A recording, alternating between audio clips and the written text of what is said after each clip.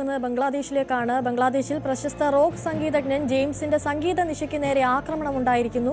25 പേർക്ക് പരിക്കേറ്റതായാണ് വിവരം. പിന്നിൽ ജിഹാദിസ്റ്റുകൾ എന്നാണ് എഴുത്തുകാരി തസ്ലീമ നസ്രീന്റെ വിമർശനമുണ്ടായിരിക്കുന്നത്. ന്യൂനപക്ഷങ്ങൾക്കെതിരായ ആക്രമണത്തിൽ ഇന്ത്യ കടുത്ത ആശങ്ക അറിയിച്ചിരിക്കുകയാണ്. ഫരീദ്പൂർ ജില്ലാ സ്കൂളിലെ 185-ാം വാർഷികാഘോഷങ്ങളുടെ ഭാഗമായായിരുന്നു ഇത്തരമൊരു പരിപാടി സംഘടിപ്പിച്ചിരുന്നത്. അതിനിടയിലാണ് ഇങ്ങനെയൊരു ആക്രമണം ഉണ്ടാകുന്നത്. വെള്ളിയാഴ്ച രാത്രി 9:30-നായിരുന്നു ജെയിംസ് വേദിയിലെത്തുന്നതിന് മിനിറ്റുകൾക്ക് മുൻപ് ഏതായാലും ചിലർ ഇത്തരത്തിലൊരു ആക്രമണം അഴിച്ചുവിടുന്നത്. കൂടുതൽ വിവരങ്ങളുമായി അജയ് സുധാവിജി ചേരുന്നുണ്ട്. അജയ്, ബംഗ്ലാദേശിൽ ആക്രമണം കൂടുതൽ കടുക്കുന്നു. ഇപ്പോഴിതാ ഇത്തരമൊരു ആക്രമണം കൂടി ഒരു സംഗീതജ്ഞന് നേരെ ഇത്തരമൊരു ആക്രമണം ഉണ്ടായിരിക്കുന്നു. അതിനു മുൻപേ ഇന്നലെ മറ്റൊരാൾ ആൾക്കൂട്ട ആക്രമണത്തിൽ മരണപ്പെട്ടിരിക്കുന്നു എന്ന തരത്തിലുള്ള വിവരങ്ങളൊക്കെ പുറത്തു വരുന്നു. ബംഗ്ലാദേശ് കൂടുതൽ ആക്രമണം കടുക്കുകയാണല്ലേ ബംഗ്ലാദേശിൽ? തീർച്ചയായിട്ടും മനസ്സിലായി. ആശങ്കപ്പെടുത്തുന്ന സാഹചര്യം തന്നെയാണ് ബംഗ്ലാദേശിൽ നമുക്ക് ഓരോ ദിവസവും കേൾക്കാൻ സാധിക്കുന്നത്. അതിൻ്റെ ഏറ്റവും പുതിയ ഉദാഹരണം തന്നെയാണ് കഴിഞ്ഞ ദിവസം രാത്രി അവിടെ ഒരു സംഗീത ദിശയിൽ നടന്നത്. ഒരു സ്കൂളിൻ്റെ വാർഷികാഘോഷവുമായി ബന്ധപ്പെട്ട പരിപാടിയിലായിരുന്നു ഇത്തരമൊരു അപ്രതീക്ഷിതമായിട്ടുള്ള ആക്രമണം. അതായത് അവിടെയുള്ള റോക്ക് സ്റ്റാർ എന്നറിയപ്പെടുന്ന ബംഗ്ലാദേശിലെ തന്നെ ഏറ്റവും പ്രശസ്തനായിട്ടുള്ള ഒരു റോക്ക് സംഗീതജ്ഞനായിരുന്നു ഈ പറയുന്ന ജെയിംസ് എന്ന് പറയുന്ന വ്യക്തി. അപ്പോൾ ഇയാളുടെ പരിപാടിയായിരുന്നു ഈ സ്കൂളിൻ്റെ വാർഷികാഘോഷത്തിൻ്റെ ഭാഗമായിട്ട് ഒരു സംഗീത നിശയായി അവിടെ സംഘടിപ്പിച്ചിരുന്നത്. ഇന്നലെ രാത്രി പ്രാദേശിക സമയം 9:30-ന് ഈ ജെയിംസ് വേദിയിലെത്തുമെന്നാണ് അറിയിച്ചിരുന്നത്.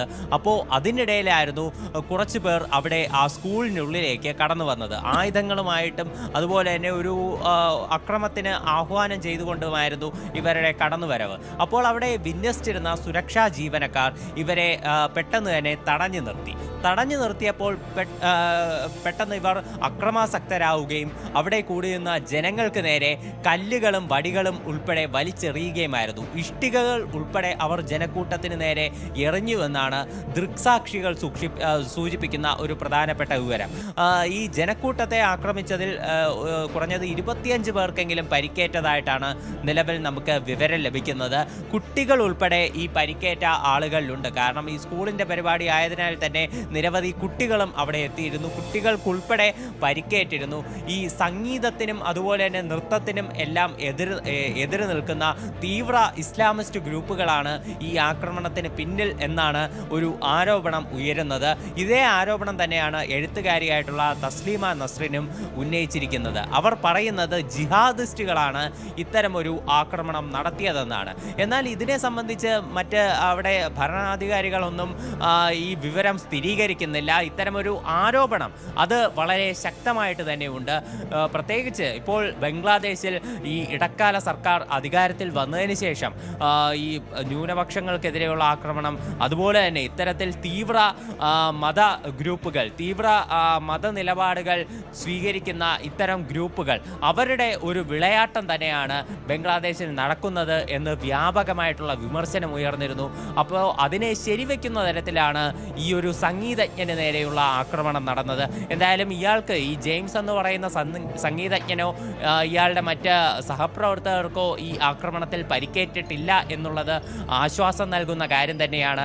എന്നാൽ അത് കാണാൻ വന്ന ജനക്കൂട്ടത്തിൽ പലർക്കും പരിക്കേറ്റിരുന്നു. പലരുടെയും നില ഗുരുതരം തന്നെയാണ്. ഒരു വലിയ സംഘർഷം തന്നെയാണ് ഇവിടെ നടത്തിവിട്ടത്. ഈ സംഗീതത്തിനും നൃത്തത്തിനുമെല്ലാം എതിര് നിൽക്കുന്ന ഈ തീവ്രമായിട്ടുള്ള മതഗ്രൂപ്പുകളാണ് ഇതിന് പിന്നിലെന്നുള്ളതാണ് ശക്തമായിട്ടുള്ള ആരോപണം. എന്തായാലും ജില്ലാ ഭരണകൂടം ഈ 10 മണിക്ക് തന്നെ ഈ പരിപാടി റദ്ദാക്കിയതായിട്ട് അറിയിച്ചുകൊണ്ട് ഒരു വാർത്താക്കുറിപ്പ് പുറത്തുവിട്ടിരുന്നു. ഈ സംഭവത്തിന് പിന്നാലെ ആർക്കെങ്കിലും എതിരെ ശക്തമായിട്ടുള്ള നിയമ നടപടികൾ സ്വീകരിച്ചതായി നിലവിലും നമുക്ക് അറിയാൻ സാധിച്ചിട്ടില്ല. ഈ വിഷയത്തെ സംബന്ധിച്ച് നിലവിൽ അന്വേഷണം പുരോഗമിച്ചുകൊണ്ടിരിക്കുകയാണ്. എന്തായാലും ഈ ബംഗ്ലാദേശിൽ നടക്കുന്ന ന്യൂനപക്ഷ വിഭാഗങ്ങൾക്കെതിരെയുള്ള ആക്രമണങ്ങളും അവിടെയുള്ള ഇത്തരം തീവ്ര ഗ്രൂപ്പുകളുടെ ഒരു വിളയാട്ടവും ഇതിനെ സംബന്ധിച്ച് ഇന്ത്യ കടുത്ത ആശങ്ക തന്നെ രേഖപ്പെടുത്തിയിട്ടുണ്ട്. ഇന്ത്യയുടെ വിദേശകാര്യ വക്താവായിട്ടുള്ള രൺധീർ ജയ്സ്വാൾ കഴിഞ്ഞ ദിവസം ഒരു മാധ്യമങ്ങളോട് സംസാരിച്ചപ്പോൾ അദ്ദേഹം ഇക്കാര്യം ഇന്ത്യയുടെ നിലപാട് എടുത്തു സൂചിപ്പിച്ചിരുന്നു. അതായത് ബംഗ്ലാദേശിൽ ന്യൂനപക്ഷങ്ങൾക്കെതിരായ ആക്രമണം, അവിടെ ഹിന്ദുക്കൾക്കെതിരെ ഏറ്റവും കുറഞ്ഞത് 2900 ആക്രമണങ്ങളെങ്കിലും ഈ ഇടക്കാല സർക്കാർ അധികാരത്തിൽ വന്നതിന് ശേഷം നടന്നതായിട്ടാണ് ഇന്ത്യ ഇപ്പോൾ പുറത്തുവിട്ടിട്ടുള്ള ഒരു കണക്കെന്ന് പറയുന്നത്. അതിൻ്റെ ഏറ്റവും പുതിയ ഉദാഹരണങ്ങൾ നമുക്ക് ലഭിച്ചുകൊണ്ടിരിക്കുകയാണ്. ഇപ്പോൾ കഴിഞ്ഞ ദിവസം 2 ദിവസങ്ങൾക്ക് മുൻപേ ഈ ക്രിസ്മസ് ദിവസം തന്നെ അവിടെ ഒരു ഹിന്ദു യുവാവിനെ ആൾക്കൂട്ടം മർദ്ദിച്ചു കൊല്ലുന്ന ഒരു സാഹചര്യമുണ്ടായി. ഇയാൾ പണം തട്ടിപ്പറിക്കാൻ ശ്രമിച്ചു, അല്ലെങ്കിൽ മണി ലോണ്ടറിങ് നടത്തി എന്നുള്ളത് ഉൾപ്പെടെയുള്ള ആരോപണങ്ങൾ ഉന്നയിച്ചുകൊണ്ടാണ് ഇയാളെ ഇത്തരത്തിൽ ജനക്കൂട്ടം തല്ലിക്കൊന്നത്. അടിസ്ഥാനരഹിതമായിട്ടുള്ള ആരോപണങ്ങൾ. മുൻപ് ഒരു ദീപു എന്ന് പറയുന്ന ഒരു യുവാവിനെ തല്ലിക്കൊന്ന് തീവച്ച് കൊന്നത് മതനിന്ദ നടത്തി എന്നുള്ളൊരു ആരോപണത്തിന് പിന്നാലെയാണ്. എന്നാൽ ഇയാൾ ഒരു ഫാക്ടറി ജീവനക്കാരനാണ്. ഫാക്ടറിയിൽ ഇയാൾക്ക് മുൻപുള്ളതിനേക്കാൾ കുറച്ചുകൂടി ഉയർന്ന സ്ഥാനത്തേക്ക് ഇയാൾ പ്രൊമോട്ട് ചെയ്യപ്പെട്ടു. അപ്പോൾ ഈ പ്രൊമോട്ട് ചെയ്തതിലുള്ള ബുദ്ധിമുട്ട് കാരണം മറ്റ് സഹപ്രവർത്തകർ എല്ലാം കാരണം സഹപ്രവർത്തകർ ഇയാളെ ചതിയിൽപ്പെടുത്തി മതനിന്ന് ആരോപിച്ച് മർദ്ദിച്ചു കൊന്നതാണ് എന്നതാണ് ഇതിൽ മറ്റൊരു ആക്ഷേപം ഉയരുന്നത്. പോലീസ് ഉൾപ്പെടെ ഇയാളെ, ഈ ദീപു എന്ന് പറയുന്ന യുവാവിനെ അറസ്റ്റ് ചെയ്ത് ഈ ഈ ഇളകി നിൽക്കുന്ന ആൾക്കൂട്ടത്തിന് കൈമാറുകയായിരുന്നു എന്നുള്ള ആരോപണങ്ങളും ഉയരുന്നുണ്ട്. നിരവധി ഹിന്ദുക്കളുടെ വീടുകൾക്ക് തീവയ്ക്കുന്ന സാഹചര്യം ഉണ്ടായിട്ടുണ്ട്. മറ്റ് മതന്യൂനപക്ഷങ്ങളും ആക്രമണത്തിന് വിധേയരാകുന്നതായിട്ടുള്ള വാർത്തകളാണ് നിരന്തരം അവിടെ നിന്ന് പുറത്തു വന്നുകൊണ്ടിരിക്കുന്നത്. അപ്പോൾ ഈ സംഭവ വികാസങ്ങളിൽ ഇന്ത്യ തീർച്ചയായിട്ടും ആശങ്ക പ്രകടിപ്പിച്ചിട്ടുണ്ട്. മാത്രമല്ല, നടക്കാനിരിക്കുന്ന തെരഞ്ഞെടുപ്പ് ഫെബ്രുവരി 12-നാണ് ബംഗ്ലാദേശിൽ പൊതു തെരഞ്ഞെടുപ്പ് നിശ്ചയിച്ചിട്ടുള്ളത്. ആ പൊതു തെരഞ്ഞെടുപ്പിൻ്റെ നടത്തിപ്പ് സുതാര്യമാകണം എന്നൊരാവശ്യം ഇന്ത്യ മുന്നോട്ട് വെച്ചിട്ടുണ്ട്. അതുപോലെ ബംഗ്ലാദേശിലുള്ള മറ്റൊരു പ്രധാനപ്പെട്ട, അവിടുത്തെ രാഷ്ട്രീയമായിട്ട് തന്നെയുള്ള ഒരു പ്രധാനപ്പെട്ട ഒരു നീക്കമെന്ന് പറയുന്നത് താരിഖ് റഹ്മാന്റെ മടങ്ങിവരവാണ്. അജയ്, ഈ ആക്രമണത്തിലേക്ക് തന്നെ വരുമ്പോൾ എന്തായിരുന്നു ഈ ആക്രമണത്തിന് പിന്നിൽ എന്നുള്ള കാരണം എന്താണ് എന്ന തരത്തിൽ വിവരങ്ങൾ ലഭിക്കുന്നുണ്ട്. പ്രധാനമായി ആക്രമണം ഉണ്ടായിരിക്കുന്ന ഒരു സ്കൂളിലാണ്. നിരവധി കുട്ടികൾ അടക്കമുള്ള ഒരിടമാണ്. കുട്ടികൾക്കടക്കം വലിയ രീതിയിലുള്ള പരിക്കുകൾ പറ്റുമെന്നറിഞ്ഞിട്ടും ഈ ആക്രമികൾ വലിയ തരത്തിലുള്ള ആക്രമണം ആ സ്കൂളിൽ അഴിച്ചുവിടുന്നു. ഇതിൽ ആ സംഗീതജ്ഞന്റെ നിലപാടുകൾ ഉള്ള എന്തെങ്കിലും തരത്തിലുള്ള പ്രകോപനമാണോ ഈ ആക്രമണത്തിലേക്ക് നയിച്ചത്? അതോ ഈ തസ്ലിമ നസ്രീൻ പറയുന്നത് പോലെ ജിഹാദിസ്റ്റുകളാണ് ഈ ആക്രമണത്തിന് പിന്നിൽ? എന്താണ് ഇതിന് പിന്നിലുള്ള യാഥാർത്ഥ്യം എന്താണ്? എന്തായാലും സ്ഥിരീകരിക്കാവുന്ന ഒരു ഔദ്യോഗിക റിപ്പോർട്ടുകളൊന്നും ഈ ആക്രമണത്തെ സംബന്ധിച്ച് നിലവിൽ നമുക്ക് ലഭ്യമായിട്ടില്ല. ഈ ഇടക്കാല സർക്കാർ, മുഹമ്മദ് യൂനിസിന്റെ നേതൃത്വത്തിലുള്ള ഇടക്കാല സർക്കാർ അവിടെ അധികാരത്തിൽ വന്നതിന് ശേഷം ബംഗ്ലാദേശിൽ നടക്കുന്ന കാര്യങ്ങൾ, അവിടെ അധികാരികൾ നൽകുന്ന വിശദീകരണം ഒന്നും തന്നെ ഒരു മുഖവിലയ്ക്ക് എടുക്കാൻ കഴിയാത്ത സാഹചര്യം തന്നെയാണ്. കാരണം ഒന്നിനും ഒരു അടിസ്ഥാനമില്ലാത്ത തരം നിലപാടുകളും കാര്യങ്ങളും എല്ലാമാണ്. ഈ മുൻപ് ഈ ദീപു എന്ന് പറയുന്ന യുവാവിനെ വെച്ച് കൊന്ന സംഭവത്തിൽ തന്നെ ഏതാണ്ട് 21ഓളം പേരെ അറസ്റ്റ് ചെയ്തതാണ്. അതിൽ പലരെയും ജാമ്യത്തിൽ വിട്ടയക്കുന്നു. 12 പേർ ഇപ്പോൾ ജയിലിലുള്ള 12 പേർക്ക് സുഖസൗകര്യങ്ങൾ ജയിലിൽ ലഭിക്കുന്നു എന്നതുൾപ്പെടെയുള്ള ആരോപണങ്ങളെല്ലാം നിലവിൽ വന്നിരുന്നു. എന്നാൽ ഇത് സംബന്ധിച്ച് ഒരു വ്യക്തമായിട്ടുള്ള ഒരു മറുപടി അതിൻ്റെ ബംഗ്ലാദേശ് ഭരണാധികാരികളുടെ ഭാഗത്തു നിന്ന് ഇതുവരെയും ഉണ്ടായിട്ടില്ല. അതുപോലെ തന്നെയാണ് നിലവിലെ സംഭവം എന്ന് പറയുന്നത്. ഈ പരിപാടി നിശ്ചയിച്ചിരുന്നത്, ഈ ഗായകനായിട്ടുള്ള ജെയിംസ് വേദിയിലെത്തുമെന്ന് പറഞ്ഞിരുന്നത് 9:30-നാണ്. അപ്പോൾ 9:30-ന് നിശ്ചയിച്ചിരുന്ന ഈ പരിപാടി അത് ഈ ആക്രമണം ഉണ്ടായി മിനിറ്റുകൾക്കകം 10 മണിക്ക് ശേഷം അത് റദ്ദാക്കിയതായിട്ട് ഉടൻ തന്നെ ജില്ലാ ഭരണകൂടം ഒരു ഉത്തരവ് പുറപ്പെടുവിക്കുക, അതായത് ഈ ആക്രമണം നടന്ന് മിനിറ്റുകൾക്കകം തന്നെ അത് റദ്ദാക്കിക്കൊണ്ട് ഔദ്യോഗികമായി തന്നെ ഒരു പത്രക്കുറിപ്പ് പുറത്തിറങ്ങുക എന്ന് പറയുമ്പോൾ അതിന് പിന്നിൽ എന്താണ് എന്നതിനെ സംബന്ധിച്ചുള്ള അന്വേഷണം അത് കൂടുതൽ നടത്തേണ്ടതുണ്ട്. ഇത് അധികാരികൾ ഉൾപ്പെടെ അറിഞ്ഞുകൊണ്ടാണോ ഇത്തരമൊരു ആക്രമണം നടത്തിയത് എന്ന ആരോപണം അത് തീർച്ചയായിട്ടും അത് ഗുരുതരം തന്നെയാണ്. അതിനെ സംബന്ധിച്ച് അന്വേഷണം നടക്കേണ്ടതുണ്ട്. പ്രധാനമായിട്ടും ഈ ദീപു ചന്ദ്രദാസ് എന്ന് പറയുന്ന യുവാവിനെ പോലീസ് അറസ്റ്റ് ചെയ്താണ് ഈ ആൾക്കൂട്ടത്തിന്, പ്രകോപിതരായി നിൽക്കുന്ന ആൾക്കൂട്ടത്തിന് കൈമാറിയതെന്നുള്ള ആരോപണം മുൻപ് തന്നെ ഉണ്ടായിരുന്നു. അപ്പോൾ ഈ ജില്ലാ ഭരണകൂടം അറിഞ്ഞുകൊണ്ടാണോ ഈ ആക്രമണവും നടന്നത് എന്നതിനെ സംബന്ധിച്ചുള്ള ഒരു കാര്യങ്ങൾ ഉൾപ്പെടെ ഇനി പുറത്തു വരേണ്ടതുണ്ട്. അത് തീർച്ചയായിട്ടും ഗുരുതരമായിട്ടുള്ള ഒരു ആരോപണം തന്നെയാണ് ബംഗ്ലാദേശ് സർക്കാരിനെതിരെയുള്ളത്. അത് ഇപ്പോൾ കൂടുതൽ ഗുരുതരമായി കൊണ്ടിരിക്കുകയാണ്. ദിനം പ്രതി അത് ലോക ശ്രദ്ധ ആകർഷിച്ചുകൊണ്ടിരിക്കുന്ന ഒരു പ്രധാന സംഭവമായി ഒരു മനുഷ്യാവകാശ ലംഘനങ്ങളുടെ നീണ്ട നിര തന്നെ ബംഗ്ലാദേശിൽ നടന്നുകൊണ്ടിരിക്കുകയാണ്. എന്തായാലും ഈ അവിടെയുള്ള രാഷ്ട്രീയ പുരോഗതികൾ ഇതിനൊരു മാറ്റം വരും എന്നുള്ള ഒരു പ്രതീക്ഷയും പലരും പങ്കുവയ്ക്കുന്നുണ്ട്. പ്രധാനമായിട്ടും ബംഗ്ലാദേശ് നാഷണൽ പാർട്ടിയുടെ ഇപ്പോൾ ആക്ടിംഗ് ചെയർമാനായിട്ടുള്ള താരിഖ് റഹ്മാൻ, അദ്ദേഹം UK-യിൽ നിന്ന് 17 വർഷത്തെ ഇടവേളയ്ക്ക് ശേഷം ബംഗ്ലാദേശിലേക്ക് വീണ്ടും മടങ്ങിയെത്തിയിട്ടുണ്ട്. അദ്ദേഹത്തിൻ്റെ മടങ്ങിവരവ് പലരും വളരെ പ്രതീക്ഷയോടെയാണ് നോക്കിക്കാണുന്നത്. പ്രധാനമായിട്ടും മുൻപ് BNP ഒരു സഖ്യം ബംഗ്ലാദേശിൽ രാഷ്ട്രീയമായി സഖ്യരൂപീകരണം നടത്തിയിരുന്നത് ജമാഅത്തെ ഇസ്ലാമിയുമായിട്ടായിരുന്നു. എന്നാൽ അടുത്തിടെ അവർ പതിറ്റാണ്ടുകളായി നീണ്ട തങ്ങളുടെ ജമാഅത്തെ ഇസ്ലാമിയുമായിട്ടുള്ള സൗഹൃദം ഉപേക്ഷിച്ച് അവരെ എതിർചേരിയിലാക്കി.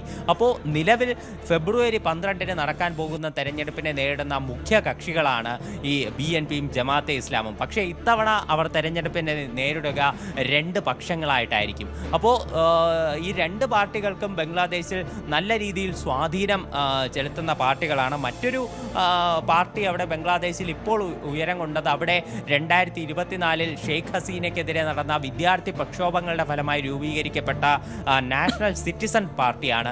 എന്നാൽ ഇതിന് ഒരുപാട് വോട്ടുകൾ സമാഹരിക്കാൻ സാധിക്കില്ലെന്നാണ് നിലവിൽ നടന്നിട്ടുള്ള സർവേകൾ ഉൾപ്പെടെ വ്യക്തമാക്കുന്നത്. എന്നാൽ ഇവരും നിർണായക ശക്തിയായി മാറാനുള്ള സാഹചര്യമുണ്ട്. അപ്പോൾ ഈ ഒരു ബംഗ്ലാദേശിൽ ഇനി അടുത്ത് അധികാരത്തിൽ കയറാൻ സാധ്യതയുള്ള പാർട്ടിയായിട്ട് പലരും വിലയിരുത്തുന്നത് ഈ BNPയെ തന്നെയാണ്. BNPയുടെ പ്രധാനമന്ത്രി സ്ഥാനാർത്ഥിയായി പലരും ഉയർത്തിക്കാട്ടുന്നത് ഈ മടങ്ങി വന്നിട്ടുള്ള താരിഖ് റഹ്മാനെ. ഈ താരിഖ് റഹ്മാനെ ഷെയ്ഖ് ഹസീന അധികാരത്തിലിരുന്ന സമയത്ത് നിരവധി കേസുകൾ ചുമത്തി ജയിലിലടച്ചിരുന്നു. 18 ദിവസങ്ങളോളം ഇയാൾ ജയിലിൽ കഴിഞ്ഞതിന് ശേഷമാണ് ഈ വിദേശത്തേക്ക് ഇയാൾ കടക്കുന്നത്. തുടർന്ന് നീണ്ട 17 വർഷങ്ങൾക്ക് ശേഷമാണ് ഇപ്പോൾ തിരികെ എത്തിയിട്ടുള്ളത്. അപ്പോൾ ഈ ജമാഅത്തെ ഇസ്ലാമിയുമായിട്ടുള്ള ബന്ധം വേർപെടുത്തിയ ഇയാളുടെ നിലപാട്, അതുമാത്രമല്ല അവിടെയുള്ള ഹിന്ദു സമൂഹങ്ങളെയും മറ്റ് ന്യൂനപക്ഷങ്ങളെയും ചേർത്ത് നിർത്തുന്ന തരത്തിലുള്ള പ്രസ്താവനകൾ താരിഖ് റഹ്മാൻ അടുത്തിടെ നടത്തിയിരുന്നു. അപ്പോൾ ഈ ന്യൂനപക്ഷങ്ങളെ ചേർത്ത് നിർത്തുന്ന നിലപാടും നിർണായകം തന്നെയാണ്. കാര്യം മറ്റൊരു കാര്യം എന്ന് പറയുന്നത് ഈ ഫെബ്രുവരിയിൽ നടക്കാനിരിക്കുന്ന തെരഞ്ഞെടുപ്പ്, താരിഖ് റഹ്മാൻ മടങ്ങിയെത്തിയിരിക്കുന്നു. അദ്ദേഹം അമ്മയെ കാണാനാണ് എത്തിയതെന്ന് പറയുമ്പോഴും തെരഞ്ഞെടുപ്പിൽ മത്സരിച്ചേക്കാം എന്നുള്ള വിവരങ്ങളൊക്കെ പുറത്തു വരുന്നുണ്ട്. അപ്പോഴും ഈ ഫെബ്രുവരിയിൽ നടക്കാനിരിക്കുന്ന തെരഞ്ഞെടുപ്പിന് ഈ ആക്രമണം ഇങ്ങനെ നീണ്ടുപോകുന്ന ഒരു സാഹചര്യത്തിൽ അത് എത്രത്തോളം ബാധിക്കാനുള്ള സാധ്യതയുണ്ട്? അത് ഇന്ത്യ ഉൾപ്പെടെ ഇക്കാര്യത്തിൽ പറഞ്ഞത് സുതാര്യമായിട്ടുള്ള എല്ലാവരെയും ഒരുമിച്ച് ചേർത്തുള്ള ഒരു തെരഞ്ഞെടുപ്പ് ബംഗ്ലാദേശിൽ നടക്കണമെന്നാണ്. ഇന്ത്യ ഈ നിലപാട് പറയുമ്പോൾ അത് ബംഗ്ലാദേശിലുള്ള ന്യൂനപക്ഷ സമൂഹങ്ങളെ ചേർത്ത് നിർത്തണം എന്നത് മാത്രമല്ല, നിലവിൽ ബംഗ്ലാദേശിലെ ഈ തെരഞ്ഞെടുപ്പിൽ മത്സരിക്കാതെ മാറി നിൽക്കുന്ന അവിടുത്തെ പ്രധാനപ്പെട്ട പാർട്ടിയായിട്ടുള്ള അവാമി ലീഗിനെ കൂടി ചേർത്ത് നിർത്തുന്നതാണ്. അവാമി ലീഗ് നിലവിൽ ഈ തെരഞ്ഞെടുപ്പിൽ മത്സരിക്കുന്നില്ല. അവരുടെ പ്രധാന നേതാവും ബംഗ്ലാദേശിൻ്റെ മുൻ പ്രധാനമന്ത്രിയുമായിട്ടുള്ള ഷെയ്ഖ് ഹസീന നിലവിൽ ഇന്ത്യയിൽ ഒളിവിൽ കഴിയുകയാണ്. അപ്പോൾ ഈ പാർട്ടി മത്സരിക്കാത്ത സാഹചര്യം അത് ഇന്ത്യയെ സംബന്ധിച്ച് ഇന്ത്യ ഉറ്റുനോക്കുന്ന ഒരു സാഹചര്യമാണ്. പ്രധാനമായിട്ടും ഇന്ത്യയുമായി എല്ലാ കാലത്തും സൗഹൃദം പുലർത്തിയിരുന്ന ഒരു പാർട്ടിയാണ് അവാമി ലീഗ് എന്ന് പറയുന്നത്. BNP ഇപ്പോൾ നിലവിലെ സാഹചര്യത്തിൽ ഈ ജമാഅത്തെ ഇസ്ലാമിയുമായിട്ടുള്ള കൂട്ട് ഉൾപ്പെടെ അവസാനിപ്പിച്ച സാഹചര്യത്തിൽ അവിടെയുള്ള ന്യൂനപക്ഷ വിഭാഗങ്ങളെ ചേർത്ത് നിർത്താൻ ശ്രമിക്കുന്നുണ്ട് എങ്കിലും നിരന്തരം ഇന്ത്യയുമായി ഒരു സൗഹൃദം വച്ച് പുലർത്തിയിരുന്ന പാർട്ടിയാണ് അവാമി ലീഗ് എന്ന് പറയുന്നത്. അപ്പോൾ അവാമി ലീഗ് അവിടെയുള്ള രാഷ്ട്രീയ സാഹചര്യത്തിൽ, ബംഗ്ലാദേശിലെ രാഷ്ട്രീയ സാഹചര്യത്തിൽ നിന്ന് മാറി നിൽക്കുന്നത് ഇന്ത്യയെ സംബന്ധിച്ച് ആശങ്കയുണ്ടാക്കുന്ന ഒരു കാര്യമാണ്. BNP ഇനി അധികാരത്തിൽ കയറിയെന്നിരിക്കട്ടെ, ഈ താരിഖ് റഹ്മാൻ തന്നെ പ്രധാനമന്ത്രിയായി തുടർന്നാൽ ചിലപ്പോൾ ബംഗ്ലാദേശിലുള്ള ന്യൂനപക്ഷങ്ങളുടെ സാഹചര്യം ഇപ്പോഴുള്ളതിനേക്കാൾ മെച്ചപ്പെടാനുള്ള സാഹചര്യമുണ്ട്. ചിലപ്പോൾ ഈ BNP തങ്ങളുടെ വോട്ട് ബാങ്ക് നിലനിർത്തുക, ന്യൂനപക്ഷങ്ങളുടെ വോട്ട് ബാങ്ക്, പ്രത്യേകിച്ച് അവാമി ലീഗിനെ പിന്തുണച്ചുകൊണ്ടിരുന്ന ന്യൂനപക്ഷ വിഭാഗങ്ങളെ, ഹിന്ദുക്കൾ ഉൾപ്പെടെയുള്ള ന്യൂനപക്ഷ വിഭാഗങ്ങളെ തങ്ങളുടെ പാർട്ടിയിലേക്ക് അടുപ്പിച്ച് തങ്ങൾക്ക് പിന്തുണ ഉറപ്പാക്കുക എന്നൊരു വോട്ട് ബാങ്ക് ലക്ഷ്യം കൂടി BNPക്ക് ഉണ്ടാകാം. എന്തായാലും ഈ അവിടെയുള്ള ഹിന്ദുക്കളുടെ സാഹചര്യം ചിലപ്പോൾ മെച്ചപ്പെട്ടേക്കാം, അല്ലെങ്കിൽ നിലവിലെ സാധ്യത തന്നെ തുടരുകയും ചെയ്യാം. എന്നാൽ ഇന്ത്യയെ സംബന്ധിച്ച് ബംഗ്ലാദേശുമായി ഒരു സൗഹൃദത്തിന് എപ്പോഴും നല്ലത് അവാമി ലീഗ് എന്ന് പറയുന്ന പാർട്ടിയാണ്. അവാമി ലീഗിൻ്റെ ഇന്ത്യക്ക് അനുകൂലമായിട്ടുള്ള നിലപാടുകളെ BNP മുൻപ് തന്നെ വിമർശന വിധേയമാക്കിയിരുന്നു. BNPയും ഇന്ത്യ വിരുദ്ധ നിലപാടുകൾ പലപ്പോഴും പിന്തുണച്ചുകൊണ്ട് രംഗത്ത് വന്ന പാർട്ടിയാണ്. അപ്പോൾ BNP അധികാരത്തിൽ കയറിയാൽ ഒരുപക്ഷെ ബംഗ്ലാദേശ് ചൈനയുമായും പാകിസ്ഥാനുമായും കൂടുതൽ അടുത്തേക്കാം. ഇപ്പോൾ തന്നെ മുഹമ്മദ് യൂനിസിൻ്റെ ഒരു ഭരണത്തിന് കീഴിൽ ഇപ്പോൾ തന്നെ പാകിസ്ഥാനുമായി അവർ നിരന്തരം അടുത്തുകൊണ്ടിരിക്കുകയാണ്. പാകിസ്ഥാനി കപ്പലുകൾക്ക് നങ്കൂരമിടാൻ ബംഗ്ലാദേശിൻ്റെ തുറമുഖങ്ങൾ തുറന്നു കൊടുക്കുന്നു. ഇത്തരമൊരു സംഭവം അത് ഇപ്പോൾ അവരുടെ നിരന്തരം ഇത്രയധികം വർഷത്തെ ചരിത്രത്തിനിടയിൽ ആദ്യമായിട്ടാണ് ഒരു പാകിസ്ഥാനുമായി അവർ ഇത്രയധികം അടുക്കുന്ന ഒരു സാഹചര്യം ഉണ്ടാകുന്നത്. എന്തായാലും BNP അധികാരത്തിൽ കയറിയാൽ ചിലപ്പോൾ ഇത് തന്നെ തുടരാനുള്ള സാഹചര്യങ്ങളും നിലവിലുണ്ട്. അപ്പോൾ ഈയൊരു കാര്യങ്ങളെല്ലാം ഇന്ത്യ വളരെ ഒരു സസൂക്ഷ്മം നിരീക്ഷിച്ചു വരികയാണ്. അപ്പോൾ അവാമി ലീഗിനെ കൂടി ഈ തെരഞ്ഞെടുപ്പിൽ ഉൾപ്പെടുത്തേണ്ടത് അത് ഇന്ത്യയെ സംബന്ധിച്ച് അത്യാവശ്യം തന്നെയാണ്. അതുകൊണ്ട് തന്നെയാണ് രൺധീർ ജയ്സ്വാൾ കഴിഞ്ഞ ദിവസം മാധ്യമങ്ങളോട് പ്രതികരിച്ചത് എല്ലാവരെയും ഉൾപ്പെടുത്തുന്ന ഒരു തെരഞ്ഞെടുപ്പ് ബംഗ്ലാദേശിൽ നടക്കണമെന്നത്. ശരി, ബംഗ്ലാദേശിൽ ആക്രമണം കൂടുതൽ കടുക്കുകയാണ് എന്നുള്ള വാർത്തകളൊക്കെയാണ് പുറത്തു വരുന്നത്. അജയ് സുധാ ബിജുവാണ് കൂടുതൽ വിവരങ്ങൾ നൽകിയത്. മറ്റൊരു പ്രധാന